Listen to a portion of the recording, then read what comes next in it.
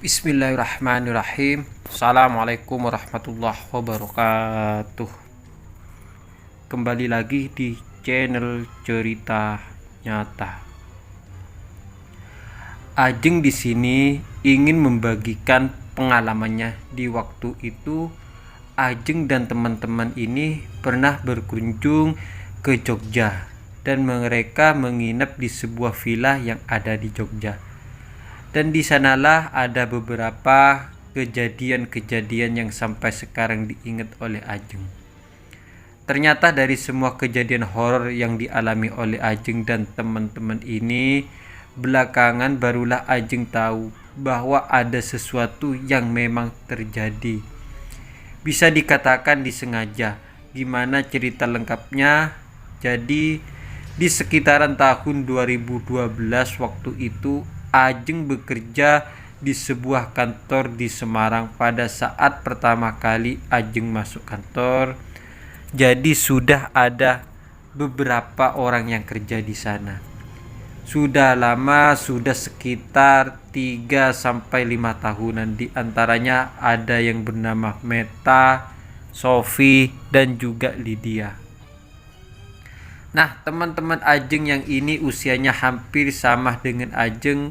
Kira-kira mereka lulus dari SMA itu 2 tahun di bawah Ajeng. Ada yang 1 tahun di atas Ajeng. Ya hampir salah satu dengan Ajeng, mungkin dari sinilah mereka itu lebih cepat akrab. Apalagi di samping itu di tempat kerjanya karyawannya itu tidak banyak. Jadi mereka itu menempati sebuah ruko yang terdiri dari 3 lantai. Sedangkan yang bertugas di urusan administrasi dan juga di depan komputer ini adalah Ajeng dan teman-temannya itu, yang semuanya adalah cewek-cewek. Selain itu ada beberapa OB, ada juga orang yang bertugas di sana.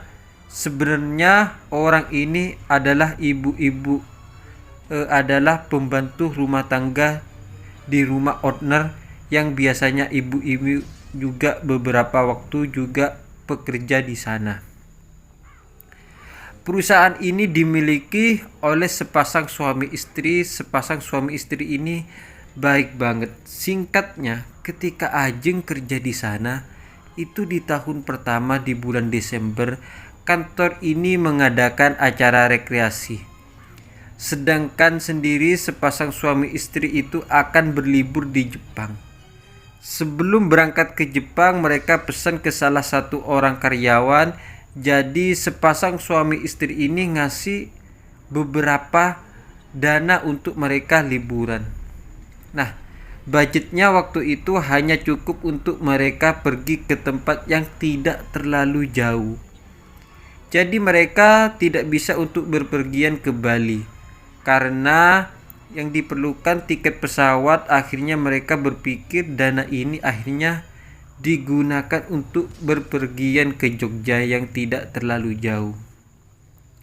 Nah, dana itu meliputi uang transportasi, uang untuk makan, dan juga uang penginapan. Singkatnya, berangkatlah 4 orang ini, ada Ajeng, Meta, Sofi, dan juga Lydia.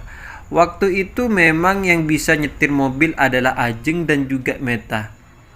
Nah, jalanan ini dari Semarang ke Jogja itu ditempuh sekitar 4 sampai 5 jam. Tidak terlalu jauh. Jadi mereka berangkat sekitar jam 7 pagi. Begitu sampai di Jogja, mereka tidak langsung menuju ke penginapan. Ada catatan tersendiri teman-teman, bahwa sebelumnya untuk penginapan ini yang mencarikan adalah salah satu pegawai dari ownernya itu, yang kami sebut tadi seorang ibu-ibu yang biasanya bekerja di rumah sepasang suami istri. Jadi ibu inilah yang mencarikan penginapan mereka. Nah, kabar terakhir dari ibu-ibu ini bahwa penginapan mereka ini dipilihkan di dekat sekali dengan Malioboro. Namanya kita sebut saja penginapan Kamboja. Nah, inilah informasi yang mereka kantongi. Jadi ketika mereka sampai di Jogja, mereka tidak langsung menuju ke penginapan. Mereka jalan-jalan lebih dulu sampai sekitar sore. Setelah mereka ini makan, barulah mereka menuju ke penginapan. Mulailah dicari nama penginapan Kamboja ini. Ternyata begitu sampai di sana, ternyata penginapan Kamboja ini adalah sebuah losmen. Dan begitu dikonfirmasi, nama mereka ini tidak ada di sana. Jadi mereka bukan tamu dan mereka belum mendaftar. Nah, muncullah sebuah pertanyaan. Akhirnya mereka mencoba menghubungi salah satu pegawai dari sepasang suami istri ini. Dia telepon, namanya Bu Mary. Jadi yang waktu itu mempertanyakan adalah Ajeng. Ajeng langsung telepon Bu Mary, ini kok kami sudah sampai di penginapan, tapi kok nama kita tidak ada. Loh, coba tanya lagi, ini sudah benar kok Mbak, sudah dicek nama penginapannya, namanya Kamboja. Nah, ditanya lagi oleh Ajeng dan teman-temannya, ternyata memang mereka ini belum mendaftar dan tidak ada nama mereka. Barulah setelah mereka itu berdiskusi panjang lebar, datang salah satu orang ini dari luar dan mulai bergabung dengan obrolan mereka. Gimana sih Mbak, maksudnya jenengan semua ini mau nginep di Villa Kamboja? Iya, ini sudah dipesankan sama Bu Mary, asisten bos kami. Mungkin Mbak kalian ini nginepnya di Villa Kamboja yang ada di Kaliurang. Kalau ini penginapannya namanya memang sama. Beberapa kali ada tamu itu yang juga nyasar di sini. Coba dicek lagi. Langsunglah dari situ Ajeng telepon lagi Bu Mary. Di situ Ajeng bilang, Bu, itu benar dipastikan lokasinya dekat di Malioboro atau yang ada di Kaliurang. Barulah di situ Bu Mary ini diam. Oh iya Mbak Ajeng, sebentar ya Mbak Ajeng, saya cek dulu. Setelah dicek ternyata memang Bu Mary ini yang keliru. Jadi Bu Mary itu menyewa sebuah villa yang ada di Kaliurang yang namanya memang sama kita sebut, namanya Kamboja. Nah, akhirnya setelah mendapat informasi dari Bu Mary, Ajeng dan teman-teman minta maaf kepada pengurus dari losmen Kamboja ini. Tadi, maaf Pak, kami memang tidak sengaja. Ini yang keliru adalah asisten bos kami. Mohon maaf ya Pak. Akhirnya mereka pun balik mencari lagi Villa Kamboja ini yang ada di Kaliurang. Jadi bareng-bareng mereka ke sana. Mulai di sini mereka itu sudah mulai merasa capek. Waktu itu sudah sekitar jam 6:30 malam. Mereka harus mencari lagi Villa Kamboja. Nah, singkatnya sekitar jam 7:30 malam mereka baru bisa menemukan Villa Kamboja yang ada di Kaliurang. Begitu di sana lokasinya ini sepi dan villa ini sebenarnya tidak terlihat angker. Villanya hampir seperti villa-villa yang lain. Masih terlihat sangat terawat dan ketika mereka sampai di sana penjaganya ini belum ada. Nah, di situ mereka mencoba menghubungi penjaganya. Tidak lama setelah itu datanglah seorang ibu-ibu dan ibu-ibu ini bilang, Mbak, saya ini sudah nunggu dari tadi jam 3 sore. Saya ditelepon Bu Mary, saya disuruh ke sini. Lah, kok mbaknya ini belum datang? Dijelaskan oleh Ajeng, iya Bu, ini tadi keliru, kami ada di Malioboro. Ya sudah, akhirnya sekitar malam pintu villa ini pun dibuka. Villa ini hanya ada 2 kamar. Nah, di situ mereka mulai membagi kamar. Jadi satu kamar pertama ditempati oleh Ajeng dan juga Sophie, dan kamar satunya adalah Meta dan Lydia. Selama perjalanan itu di samping mereka ini sudah sebel karena mereka keliru penginapan. Dalam perjalanan selalu ditelepon oleh tunangannya. Nah, memang Sophie ini punya pacar yang statusnya tunangan waktu itu dan dalam waktu dekat mereka akan menikah. Sebenarnya sebelumnya Sophie ini berangkat ke Jogja. Tunangannya itu tidak setuju karena 3 bulan sebelumnya mereka ini sudah berpergian menuju ke lokasi wisata juga yang ada di Semarang. Jadi tunangan si Sophie waktu itu sempat melarang Sophie untuk pergi. Jadi selama perjalanan itu Sophie ini sering bertengkar di telepon. Nah, ketika sampai di villa itu Sophie sudah bad mood lebih dulu. Jadi yang mereka ini sampai mereka mencari makan, Sophie berdiam diri di dalam kamar. Dia cuma ingin nitip makan dibawa ke villa. Nah, waktu mereka makan, 3 orang ini mereka membicarakan gimana sih kok bertengkar terus, bikin suasananya tidak nyaman. Nah, akhirnya dalam perbincangan itu si Meta ini bilang, Sophie kayaknya ada sesuatu deh. Di villa itu tadi aku lihat ada sosok nenek-nenek dan satu perempuan yang dua-duanya sosok ini kayak mengincar Sophie. Nah, Meta ngomong seperti itu tentu ada alasan. Meta itu memang dikenal orang yang sangat sensitif dan dia bisa melihat makhluk yang tak kasat mata. Jadi ketika Meta ngomong seperti ini, teman-temannya percaya dengan Meta, tapi Meta juga pesan supaya teman-temannya gak usah takut karena hal ini bisa diantisipasi. Dan Meta sudah bilang ke teman-teman yang lain, nanti ketika balik di villa Meta ini minta waktunya untuk masuk di dalam kamar bersama Sophie. Dan jangan diganggu karena di situ Meta mau melakukan ritual, mau melakukan doa. Singkatnya, setelah mereka dibawakan nasi goreng untuk Sophie, dibawa ke villa, dan pada saat teman-teman yang lain menyiapkan nasi goreng, Meta ini masuk ke dalam kamarnya Sophie dan pintu kamar ini dikunci. Mereka sendiri tidak tahu apa yang dilakukan Meta di dalam kamar. Yang jelas hal itu dilakukan Meta sekitar hampir setengah jam. Setelah itu Meta pun keluar dan di situ Meta bilang ke teman-teman yang lain bahwa Sophie ini kondisinya sudah hampir parah. Karena 2 orang sosok yang dimaksud Meta, sosok nenek-nenek dan juga sosok perempuan ini posisinya ada di dalam kamarnya Sophie. Dan mereka berdua sosok ini sudah terlihat duduk menunggu Sophie. Dan menunggu waktu yang tepat untuk memasuki raganya Sophie. Disitulah Meta menurut pengakuannya dia coba konsultasi dengan 2 sosok makhluk ini supaya mereka tidak mengganggu Sophie. Tapi hal itu setelah dilakukan oleh Meta, 2 sosok ini kayaknya seolah-olah mereka gak mau tahu, mereka akan tetap mengincar Sophie. Setelah mendapat informasi ini, teman-teman yang lain ini akhirnya juga ikut-ikutan panik. Kalau sampai nanti Sophie ini berhasil dirasuki oleh salah satu makhluk yang ada di sini, liburan ini akan menjadi kacau. Nah, Meta menjelaskan lagi, sudah kalian tidak usah khawatir, biar jadi urusanku. Akhirnya mereka tidur seperti biasa dan tidak ada gangguan apapun sampai pagi hari.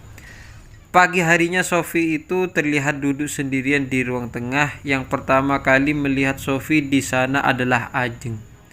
Jadi Ajeng mendekati Sophie, dia tanya, "Sof, kondisi kamu gimana? Sudah enakan tah?" Si Sophie menjawab, "Ini bagian leher belakangku masih sakit, kayak ada yang nindih." Nah, karena Ajeng sudah tahu bahwa Sophie ini diincar oleh 2 sosok makhluk halus, si Ajeng cuma diam. Akhirnya Ajeng bilang, "Kemarin Meta masuk ke kamarmu ngapain?" Terus si Sophie cuma menjawab, "Aku tidak ingat apa-apa. Emangnya Meta masuk ke kamarku?" Bahkan di situ Sophie tidak tahu bahwa Meta sudah masuk dalam kamarnya dan melakukan ritual. Sophie sendiri tidak tahu semalam itu, kata si Meta, kamu itu diincar oleh 2 sosok makhluk yang tinggal di sini. Yang satu nenek-nenek dan yang satu perempuan. Ketika Sophie mengetahui hal ini, Sophie ini kaget. Kok pantesan dari kemarin itu aku seperti ngelihat ada sosok nenek-nenek duduk duduk persis di bawah meja makan. Yang satunya lagi adalah sosok perempuan. Sosok perempuan ini dilihat Sophie ketika masuk dalam kamar. Badannya itu, tengkuk bagian belakang ini berat dan dia tidak ingat apa-apa. Nah, melihat hal ini, si Ajeng ini kemudian ngomong ke teman-temannya, gimana rencana kita mau jalan-jalan ke keraton, terus mau lanjut ke pantai ini, apa kita batalkan dulu? Tapi teman-teman yang lain setuju, apalagi bilangkan dia tetap tujuan kita liburan, sudah tidak usah memperdulikan aku. Singkatnya, sekitar jam 7 pagi mereka berangkat menuju ke keraton. Begitu sampai di keraton, pas waktu mereka ini sudah mau masuk pintu gerbang keraton, biasanya kalau ada orang yang pakai kacamata atau topi, selalu diharapkan untuk melepas oleh abdi dalam keraton. Nah, begitu sampai di sana, ada satu abdi dalam ini yang pandangannya, matanya ini tertuju ke arah Sophie. Waktu itu Ajeng melihat jelas, jadi seolah-olah seorang abdi ini dalam ini mau mengingatkan Sophie untuk melepas kacamata atau melepas topinya. Padahal waktu itu Sophie ini tidak pakai kacamata maupun tidak pakai topi. Jadi di situ abdi dalam ini sempat ngomong dan akhirnya membatalkan mau manggil Sophie. Akhirnya Sophie ini masuk, tapi pandangan abdi dalam ini masih terus memandang Sophie. Dan begitu Sophie ini melewati pintu gerbang keraton, pintu gerbang masuk ini langsung bilang ke teman-temannya yang lain, aduh perutku sakit, aku ke toilet dulu ya. Jadi tidak jadi masuk, dia langsung balik menuju ke toilet. Nah, otomatis semua teman-teman yang lain ini ikut menunggu Sophie sekitar 10 menit. Kemudian Sophie keluar lagi dari toilet dan dia bilang ke teman-temannya, udah, aku tidak ikut masuk deh, ini perutku mules banget, aku khawatir nanti di tengah-tengah aku kebelet lagi, biar aku di sini aja. Loh, kamu serius? Kamu di sini? Biar aku di sini aja, aku tidak kuat. Ya udahlah. Akhirnya Sophie sendirian di sana, teman-teman yang lain masuk ke dalam keraton. Dan karena mereka tahu Sophie menunggu di luar sendirian, mereka mempercepat jalan-jalannya di keraton. Mereka kepikiran betul, dan selama ada di dalam keraton, Meta ini selalu bilang ke teman-temannya bahwa Sophie itu tidak bisa masuk karena ada sosok nenek-nenek dan perempuan ini yang ikut. Jadi dua sosok yang mengikuti Sophie ini energinya kalah dengan energi yang ada di keraton. Jadi seolah-olah ada tabrakan energi yang membuat pada akhirnya Sophie ini tidak bisa masuk ke dalam keraton. Pada akhirnya setelah mereka jalan-jalan sebentar di dalam keraton, mereka keluar dan langsung mencari keberadaan Sophie. Ternyata di situ wajah Sophie ini pucat. Dan dia bilang bahwa dia lemas, padahal mereka ini baru saja sarapan. Nah, melihat kondisi yang seperti itu, mereka sudah tidak bisa diam. Akhirnya mereka lebih mempertimbangkan keselamatan Sophie. Mereka pun terpaksa balik lagi ke villa. Mereka langsung menuju ke Kaliurang. Begitu sampai di sana, Sophie langsung masuk kamar dan dia tertidur. Sedangkan mereka yang lain, Ajeng dan teman-teman ini ngobrol nonton TV. Jadi mereka hanya menghabiskan waktu di dalam liburannya sekitar 2 hari 2 malam. Tiba-tiba Sophie itu manggil namanya Ajeng. Jeng, minta tolong dong, sini. Si Ajeng ini masuk ke kamar. Begitu Ajeng masuk ke kamarnya Sophie, posisi Sophie ini tidur, matanya terpejam. Nah, secara otomatis Ajeng pun membangunkan Sof, kamu tadi manggil aku. Sof ini masih tidur. Nah, dibangunkan lagi oleh Sofi, "Kamu tadi manggil aku." Barulah di situ Sofi buka mata dengan sangat berat sekali, terus dia berusaha mencerna kata-kata dari Ajeng. "Sof, kamu tadi manggil aku." Baru di situ bilang, "Tidak, aku tadi tidur." Nah, langsung Ajeng ini merinding dan ngelirik ke belakang sekilas. Ajeng ini sempat melihat ada sosok perempuan yang keluar dari kamar Sofi. Tidak jelas apakah sosok ini tua atau muda. Yang jelas ada sekelabatan sosok waktu itu. Setelah si Ajeng ini merinding, terus Ajeng bilang ke Sofi, "Ya sudah, kamu tidur lagi aja, Jeng."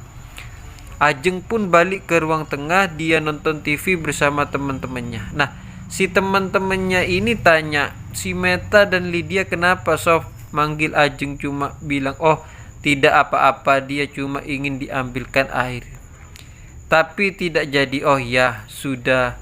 Mereka nonton TV lagi. Tidak lama berselang 10 menit setelah kejadian itu, giliran Lydia yang dipanggil. Lydia, sini dong." Terus Lydia ini lari. "Kenapa, Sof?" Begitu Lydia masuk dalam kamar, dia melihat Sofi ini posisinya tidur. Dan bahkan Lydia melihat Sofi itu tidur dengan agak mendengkur. Karena Lydia ini penasaran, dibangun, "Kenapa manggil aku?" Begitu buka mata dengan berat, Sofi lagi-lagi coba mencerna kata-kata dari Lydia. "Kenapa, Lydia? Loh, kamu tadi kenapa manggil aku?" "Enggak, aku gak manggil kamu. Aku dari tadi tidur." Nah, di saat yang sama seperti ini, Lydia tiba-tiba merasakan merinding yang luar biasa. Dan di atas Lydia persis dia melihat ada sosok perempuan. Nah, perempuan ini kayak yang di atas atap, tapi dilihat oleh Lydia hanya beberapa detik, jadi kayak sekejap.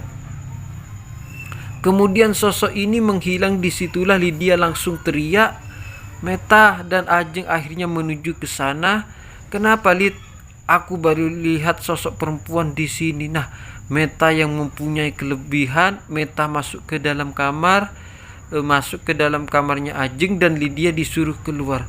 "Sudah, kalian keluar dulu." Di sanalah Meta melakukan sesuatu, dan di situ Ajeng melihat Meta itu duduk bersila, kemudian tangannya itu diletakkan di lutut dua-duanya. Dia memejamkan mata dan sambil membaca qomat kamit. Ternyata pada saat Meta melakukan hal itu, terdengar suara gentungan. Dua kayak itu benar-benar dilempar sesuatu. Karena mendengar hal ini yang membuat mereka tidak nyaman, Ajeng dan Lydia itu teriak-teriak kencang. Mereka ketakutan sampai mereka ini keluar dari villa. Mereka melihat di atas itu tidak ada apapun, bahkan suasana di sekitar villa ini sepi. Nah, akhirnya mereka masuk lagi, melihat si Meta masih seperti itu, masih komat kamit seperti itu. Tiba-tiba Ajeng dan Lydia melihat kursi yang ada di meja makan ini terseret dengan sendirinya. Nah, fenomena inilah yang membuat Ajeng dan Lydia yang waktu itu melihat kursi bergerak sendiri, mereka semakin teriak ketakutan. Setelah itu teror ini tidak berhenti. Tiba-tiba ada suara perempuan ketawa dari dalam kamar mandi. Mulailah mereka ini semakin merinding, semakin tegang. Tapi karena Meta terus-terus membaca sesuatu sambil qomat kamit, mereka tetap masih belum bisa cari suasana, masih tegang seperti itu. Barulah sekitar 15 menit kemudian Meta berhenti. Dia keluar dari kamar dan dia bilang, "Siapa tadi yang mendengar ada suara keras di atas genteng?" Tentu Lydia dan Ajeng juga bilang, "Iya, tadi aku mendengar, Meta." "Ya udah, itu biarin. Mereka tandanya sudah mau melawan." Jadi menurut Meta, sosok nenek-nenek ini situasinya dia suka dengan Sofi dan dia mau menjadikan Sofi ini cucunya.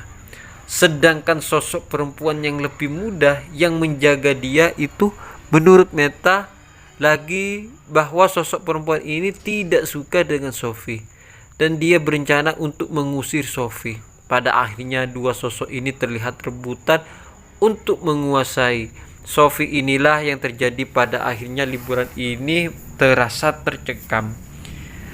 Jadi malam itu mereka benar-benar tidak bisa tidur karena mereka bareng-bareng masuk ke kamar Sophie dan menjaga keberadaan Sophie supaya tidak terjadi apa-apa dengan Sophie.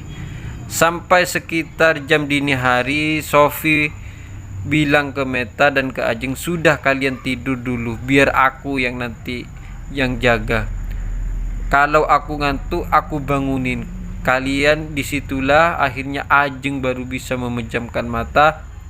Begitupun juga dengan Lydia. Sedangkan Meta dia masih menjaga sendirian. Nah, sekitaran 4:30 subuh, Ajeng dan Lydia ini dibangunkan oleh Meta. Jeng, bangun Jeng. Lid, bangun. Mereka semua melihat ke arah Sophie. Sophie ini duduk, tapi duduknya itu aneh. Jadi duduknya Sophie ini mirip seperti laki-laki. Kalau dalam bahasa Jawa dia ini bongkrong. Jadi kakinya itu diangkat satu dan dia ini, si Sophie ini diam sambil memandang teman-temannya. Nah, pemandangan ini terasa aneh karena Sophie tidak pernah melakukan hal yang seperti ini. Jadi mereka yakin kalau ini benar-benar kesurupan. Nah, disitulah ini memandangi teman-temannya tapi tidak ngomong apapun. Nah, karena Ajeng ini orangnya dia itu sangat care dengan temannya si Sophie, dideketin meskipun Ajeng tahu bahwa Sophie ini kerasukan. Dideketin sama si Ajeng, dirangkul dan Ajeng tanya, "Sof, kamu ini kenapa?" Setelah Ajeng tanya seperti itu, Sophie ini ketawa dan ketawanya itu kencang. Barulah di situ Ajeng pertanyaan ini diganti, "Kamu ini siapa? Kenapa kok kamu masuk ke tubuh temanku?" Akhirnya sosok yang merasuki Sophie ini bilang, "Aku sengaja ngikutin anak ini. Aku ada yang nyuruh." Nah, setelah itu Sophie ini badannya lemes dan dia terkulai di atas tempat tidur. Nah, suasana pun jadi mencekam. Yang seharusnya mereka ini baru pulang keesokan harinya, jadi mereka itu putuskan untuk pulang. Jadi sekitaran jam 7 pagi mereka berkemas-kemas kembali ke Semarang.